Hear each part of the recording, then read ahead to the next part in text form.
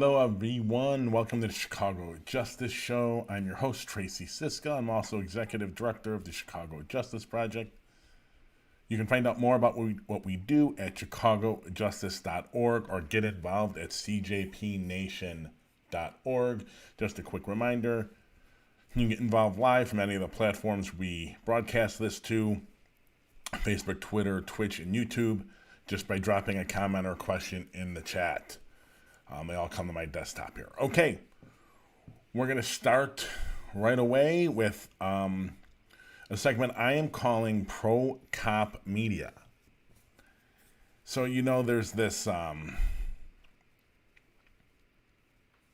belief, conspiracy theory, massive, and it's been out there forever from conservatives. The media is all left-wing media conspiracy.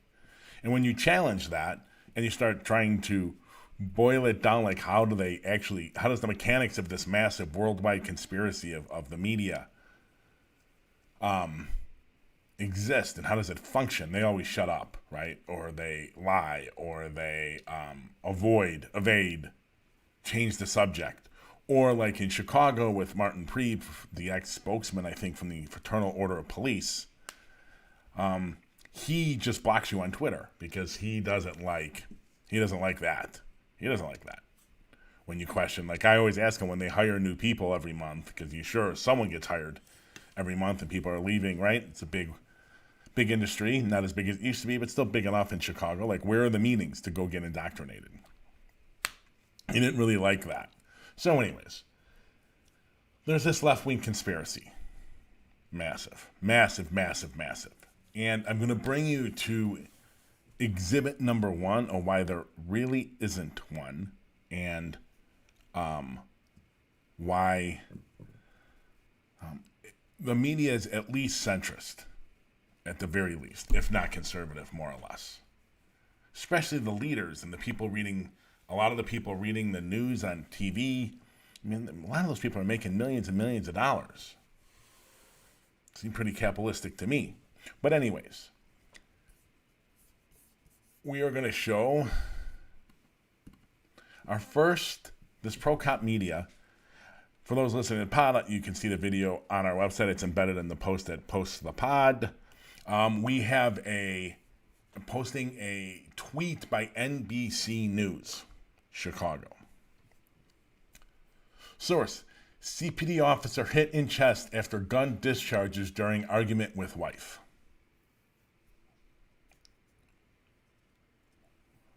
Okie dokie. Could that have been any more neutral or naive, bland, weak? Is it possible? Is it possible? Here are some alternative headlines for you. Source: CPD officer hit in chest after gun discharges during argument with wife. No, I'm sorry. That's not the alternative. That's NBC. I have a few more I want to read from other outlets. Okay, I'm not showing the video, but of them. But I want to read you. So that was NBC's. That's what we posted their tweet. The Sun-Times: off-duty Chicago police officer fatally shoots husband, also an officer, during struggle over gun in far northwest side home. Not too bad, but it's still leaving out the most important one of the most important pieces of information there. Black Club Chicago: off-duty Chicago police officer fatally shot during an argument with wife, also an officer. COPA investigating. Tribune: off-duty cop fatally shot on Chicago's northwest side. Officials say second off-duty officer involved in shooting. Well, seems pretty damn neutral to me. Now, remember, when you hear all of that, right, as neutral as those are, remember, as we talked in the beginning, there's a massive left-wing media conspiracy against the police and against conservatives in this country. So that's what the FOP believes. That's what John 50, that's what I'm going to call him from now on. I've decided. John 50 is FOP President John Catanzara, who has 50 complaints against him. If you're a Last Week Tonight fan, please go check out not this last Sunday show, but the Sunday before, and you will see John Oliver cite a Chicago Justice Project report on Mr. Catanzara. But all of them, the right wing, the FOP, John 50, they all believe that there's a left-wing media conspiracy. All right, so those neutral headlines, remember, what those headlines I wrote were from NBC Chicago, NBC5 Chicago, the Sun-Times, Black Club, Chicago Tribune. Yep, massive, massive conspiracy. Here are some alternative headlines that are more probably, are significantly closer to the truth. CPD officer shoots her officer husband in domestic violence incident. If you're struggling over a weapon, if you're arguing, it's basically domestic violence, ladies and gentlemen. Next, just to pull the gun is violence. Officer claims shooting of officer husband was accident. Not that great. I'm not in love with that one. Domestic violence incident involving 2 officers ends in shooting. There you go. In 2 of our headlines that I propose, that I think would have been more realistic and better to use, there's a term that's not in any of the headlines I read you, and not any of the headlines I saw. Those aren't all the headlines. What term is it? It's domestic violence, ladies and gentlemen. It's domestic violence. When one person pulls a gun on another, anywhere, and they struggle over the gun, it's safe to say that there was some violence involved in that incident, don't you think? And if that violence happens in a home, it's domestic violence.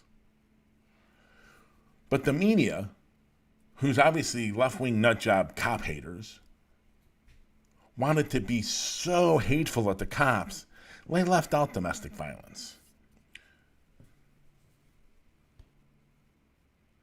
Cop fatally shot during argument with wife. Off-duty cop fatally shot on Chicago's northwest side. Officials say second off-duty officer involved in shooting. What the hell? Could be any almost. That's pretty uninformative, right? Isn't that pretty uninformative? It's unbelievably uninformative.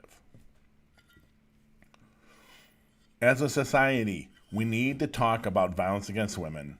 And this doesn't necessarily look to, I'll get to that in a minute, about whether it is violence against women, because we don't know what happened. Although there has been some breaking developments in the case I'll talk about in a second. We need to talk about violence in our homes, both domestic violence and sexual assault, more openly, more courageously, and much more often than we do. This was domestic violence. Say it. Say it.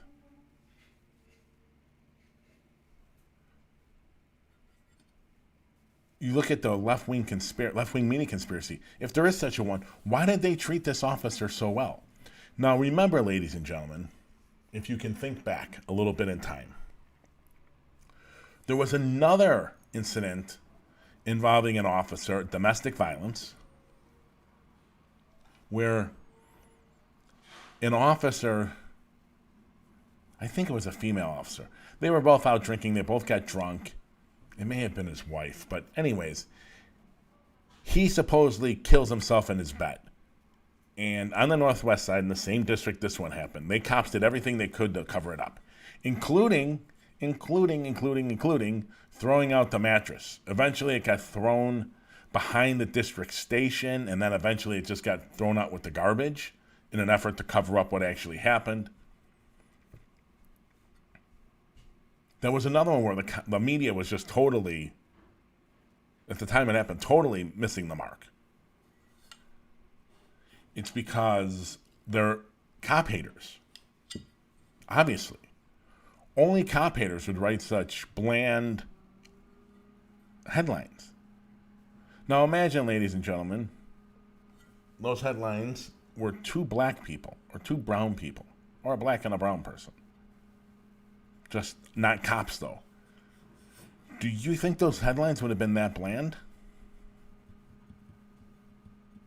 No way. It's just ridiculous. And it's just more proof that there isn't this left-wing conspiracy. See, The cops, the FOP, John 50, the alt-right, the right wing of Chicago and this country, have this imaginary view that writing around about brutality or misconduct is somehow part of some conspiracy because you shouldn't do it.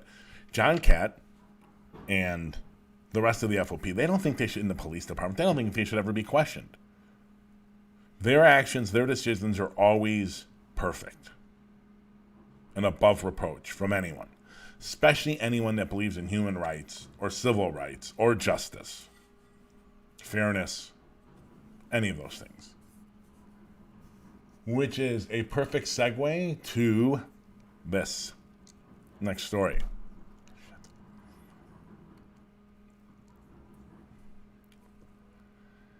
It's from The Tribe. It's an interview of Kim Fox.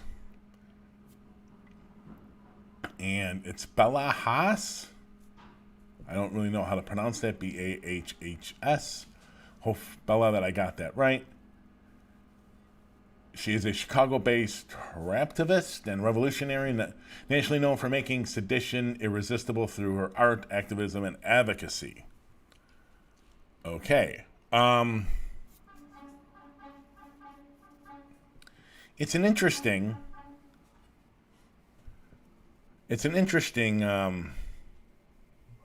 headline. There's no doubt about it. I mean, the headline. It's an interesting interview, right? And I think people should read it. You see, there's two types of reactions to Kim Fox. She's God, she's the devil. Getting in between is really, really hard.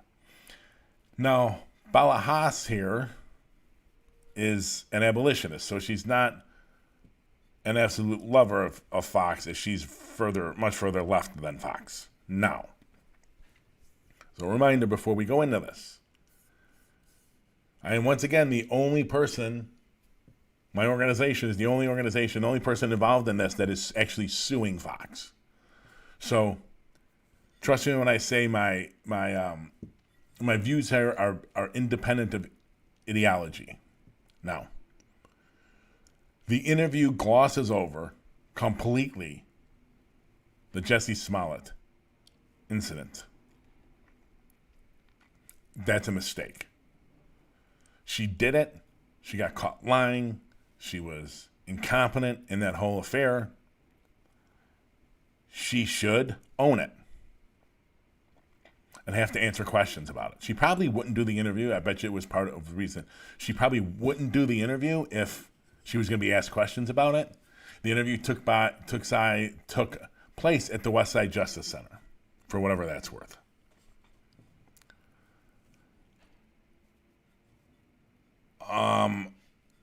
It's an interesting interview. We're going to go over some of it. I agree with Fox on a lot of things. The title of this interview is Kim Fox's Scapegoat. Yes, no doubt about it. No doubt about it. Even with the Smollett stuff, and she should own what she did, and she did a lot, and she needs to own a lot of it.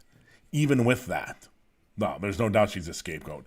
No doubt part of the response to her is because she's black. No doubt part of the response to her is because she's a woman. No part of the response is she's progressive. No doubt part of the response is she's simply using the discretion and power of her office that she was given. And by the way, let me tell you, she's been reelected a second time. I mean, she's been reelected, so this is her second term.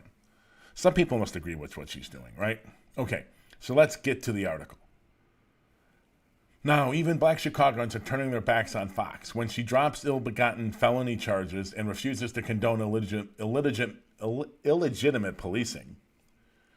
She's accused of aiding and abetting criminals when she upholds her promise to divest from prosecuting nonviolent crimes and drops petty charges against thousands of poor black people. Her detractors harp on a single case in which they accuse her of showing preferential treatment to one black celebrity. Jussie Smollett case, and they're glossing over it. That's the only time you'll hear it. That's wrong. Get back to the article. When she supports parole for people who have been incarcerated for decades, she's accused of supporting murderers. When she supports probation, pretrial freedom, and alternatives to incarceration, she's blamed for all the failures of an already broken system of policing and punishment. Damn right. Now, like I said, they should talk more about the Smollett case. So I'm not trying to do that. I've written about it. It was horrible. Now, for all those, just a little context. Smollett probably should have never been arrested, shouldn't have been charged with what he was charged with. All of that happened because he was black. People lie to the police all the time. I don't mind him getting charged with some misdemeanors and paying back the 80 or 100 grand it cost the city to investigate everything. But what's going on with the 16 felony charges of disorderly conduct, what the hell is that? That probably shouldn't even be on the books. And then them dropping the charges and then a special prosecutor named, it's a joke.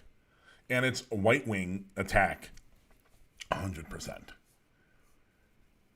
Once again, ladies and gentlemen, bail reform started in 2016. Why didn't crime go up in 17, 18, and 19 if it was so bad? Just some context. Let's get back to the article. In the meantime, Fox's efforts are a step in the right direction, but political adversaries and media pundits discourage belief in a world where justice and punishment are not synonymous by mischaracterizing Fox's support for abolition reforms and dangerous, careless, and threatening to public safety. Last summer, for example, when Fox took a stance against filing charges against peaceful protesters, Chicago Police Department David Brown and Mayor Lightfoot said that she was emboldening criminals by dropping charges against people involved in looting. Not true. But listen, Lightfoot and Brown, you know they're lying because their mouths are moving for the most part. Is Lori Lightfoot lie about everything? No, but she lies enough that you can't basically trust anything she says. Especially in policing matters. She's been god-awful. God-awful.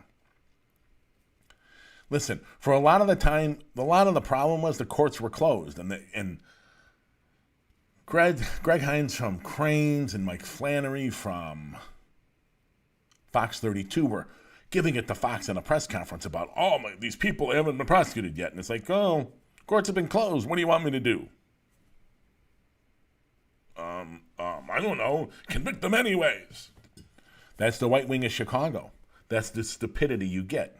Once again, evidence of a left-wing media conspiracy. 2 white male, alt-right, conservative media figures pounding on a black female prosecutor that is completely and 100% in conflict with the facts, but they don't care. They're just carrying the water for the mayor, the superintendent, and the FOP and the alt-right of Chicago. Here comes some truth, though. Back to the article. And so the notion of somehow that one person in office, I think this is Fox, and so the notion that somehow there's one person in office that is responsible for literally decades of violence that has been rooted in disinvestment and is a disingenuous argument. Damn straight.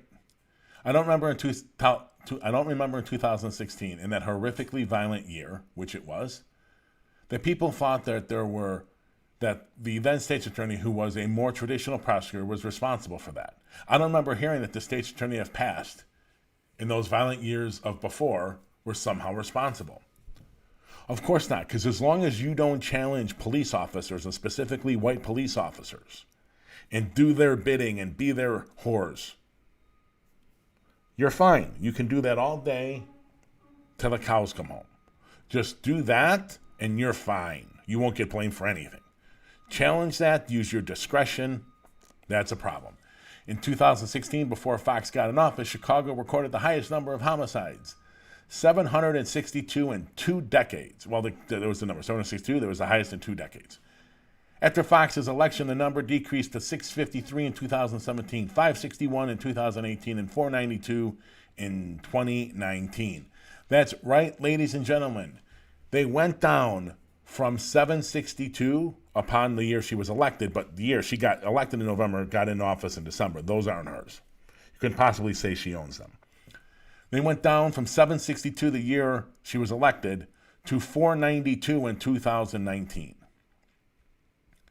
That is a 270 murder drop out of 762. Nearly 40%, while bail reform was in place. This is what simple facts do. This is why Greg Hines at Cranes is a total, unprecedented, unbelievable hack. That is why Mike Flannery at Fox 32 is an unbelievable, total hack. Because they should have these numbers. Crime goes up when the pandemic hits. There's unrest and protests around the George Floyd murder. They sweep nationwide. there's looting in Chicago. All of a sudden, everything that's going on in Chicago is Kim Foxx's fault. And these idiots like Hines, Flannery, a bunch of other media, Lightfoot, Brown, they're pushing this narrative of hatred and vitriol that is completely unrelated, untethered to the facts of what's going on in Chicago. Completely untethered. Bail reform starts, homicides in the next 3 years, because it started at the end of 2016. In the next 3 years, homicides go down almost just under 40%, up until the pandemic hits. Then everything Fox has been doing is wrong. Totally untethered to the facts. Here's our last part of the article we're going to look at. And this is Fox again. And so I get frustrated not because of the personal pointed attacks. I get frustrated because people who live in neighborhoods like this, East Garfield Park, who want to have the same quality of life like those kids at LaSalle had that I got to see. They don't want, that's a school she went to, they don't want leaders pretending about what real issues are, because then we'll see the same cycles over and over and over again, Fox said. And we're not going to get to real answers. If we don't talk about the real problems, what the real problems are, if we don't talk about what the real problems are, that's my frustration. Of course. Of course. The media doesn't connect tax increment financing, TIF programs, and disinvestment in all these communities to the problems in Chicago. Address poverty. Reopen those goddamn schools where I'm closed. Reopen the mental health clinics. Really invest in these communities. Take TIF money and invest in these communities. No. It's all this progressive prosecutor. She's horrible. The reality is, Lori Lightfoot, political hack. David Brown, political hack. Alderman Lopez, political hack. Alderman Napolitano, political hack. Alderman Spazzato, political hack. Maybe racist. Maybe outright racist. Right? And there's others in the city council that I can't think of right now. They're all exploiting the violence for political points. They're not looking for solutions. This is about attack and exploitation, pure and simple. It's sick. It's sick. They all want to go back to a way when it was better. When was the criminal justice system operating well in Chicago? You're insane. These people are psychos. But what basically they just don't want the cops to be questioned. That's what they want. Believe everything they do. It's very sad. All right, last segment for today. This is a tweet, and I don't know who this is. So it's a tweet from Cook County ASA is the tag here. Person purports to be a current Cook County Assistant State's Attorney. If I were to put them politically, I would put them up Anita Alvarez's butt, politic-wise. Very pro-Anita, very pro-Dick Devine, very pro the old regime, very anti-science. I shouldn't say very anti-science, but anti-science enough in the stuff that they disagree with. And like I said, I don't know if this person's an assistant state's attorney. It's an anonymous account.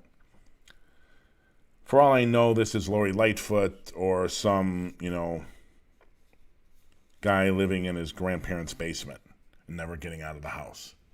But I do think it's interesting. And we're talking about, this case is about a sergeant, a 19-year veteran of the CPD. So let me read here. Sergeant, since April 2020, Onita Carney and her husband were loading purchases in their 2022 Toyota 4Runner at Sam's Club, 9400 Southwestern Avenue, when three males asked if they needed help around 6:45 p.m., prosecutors said. One offender jumped in and took off with the car. Her and her husband ran after the car, and she fired one shot. But, she did not report firing the shot when she called 911, which she is obligated to do.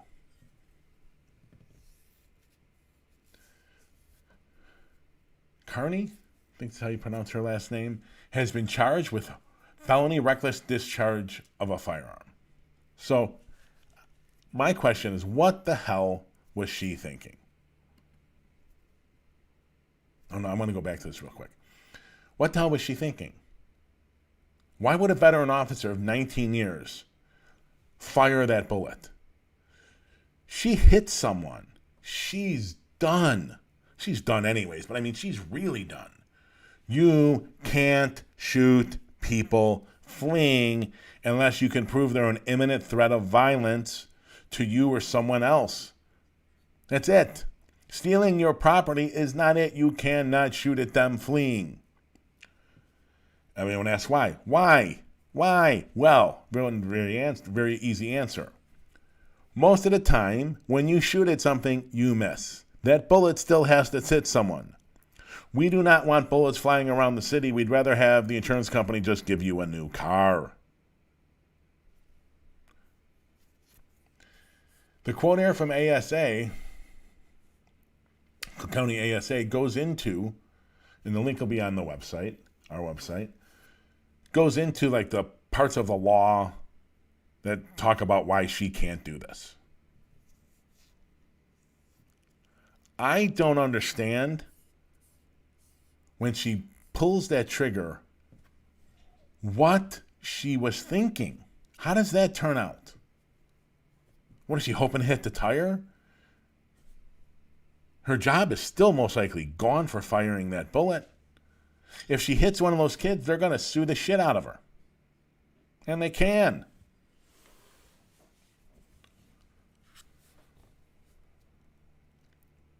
So, how does this turn out in the end now? She's up on felony charges. There's going to be a police board. There's going to be a COPA investigation and blah, blah, blah. And they're going to file charges for her dismissal, most likely. And although Brown, who knows, with Superintendent Brown, he could give her a slap on the wrist. But I think she's going to lose her job. And I think she's going to lose her job not necessarily because of the internal investigation. She's going to lose her job because it's going to be part of the plea agreement. She's charged with a felony, right? Reckless discharge of a weapon. Yes, felony reckless discharge of a firearm. Okay. She's going to plead to a misdemeanor. No doubt about it. As part of that, like a recent other case, which I can't remember the officer's name, she's going to agree to give up her job and agree to never be a police officer again. A friend of mine, who I think knew her in the academy, but I'm not sure if the years add up, but maybe he's been on that long, said, hope this one incident wouldn't define her career. Here's the problem, and I understand the sentiment behind it. This is the same sentiment people in the community have when someone commits a felony, or any crime, but specifically a felony, and they get sent to jail for 5, 7, 8, 10 years. Like, oh my God, why this one mistake? He only took 30 seconds, oh my God. Yeah, it's the same thing. And if your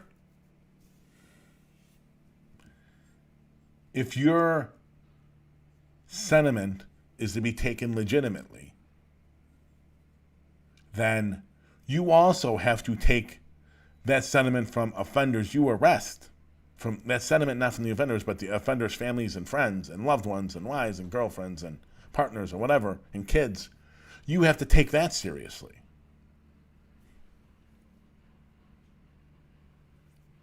Is it going to define her whole career? It's going to end her career for sure. She's done. Most likely. My bet is Fox is going to make her allow her to plead to a felony if she gives up her job. Under Illinois law, you cannot be a police officer and have a felony conviction. So if she pleads down to some kind of lesser felony, she will definitely have to give up her job. I'm not sure if she should have to plead to a felony because no one was hit, but I do think she should have to give up her job. And it sucks. And I know it sucks when you have friends that get caught up in the system, but it sucks for everyone who has friends that get caught up in the system. Just not white coppers, right? It sucks for everyone. The system is not built on rehabilitation. It's built on destroying people and destroying their families and communities, and it's what has happened all along. Her career is over. I am interested to know the backstory of the rest of her career if, confronted with this situation, one of her immediate reactions was to fire her weapon. Now, real quick. As I said, I don't think she'd have to plead to a felony. I'm not convinced of it yet.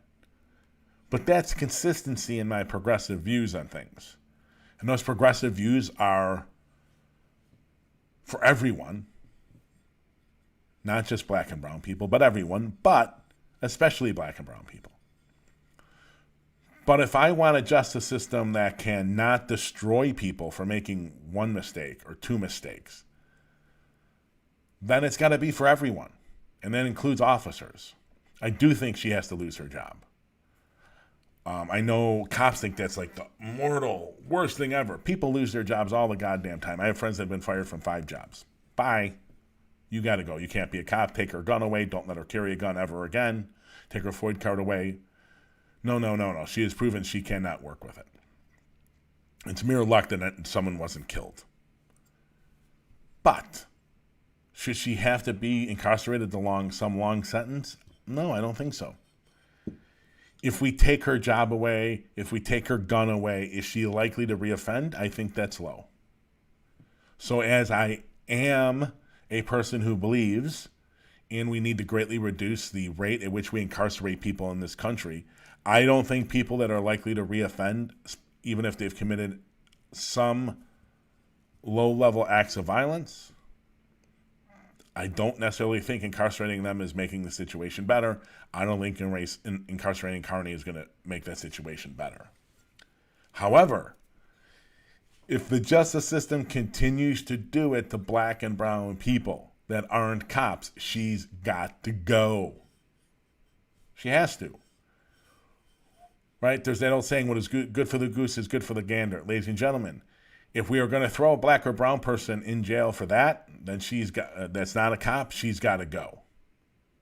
If we're going to consistently not put people in jail for that, then she shouldn't go. Although there is an argument that police officers have greater training and responsibility and thus should feel the punishment of what they do greater than the average person. I agree with that to some degree. I'm still not sure she should go to prison, but I do think she's going to lose her job. We'll see. It'll take 6 months or a year, most likely, to work its way through. But she seems screwed. And she seems like she probably should be screwed at this point. I don't want her to go to jail, but she's definitely going to lose her job. All right, thank you, ladies and gentlemen. We're going to see you Wednesday for streaming. We will be back Wednesday at 12 p.m. Central. We will be off on Monday, but I will see you Wednesday at 12 p.m. Thank you so much for tuning in. I will see you on Wednesday. Have a great weekend. Stay safe.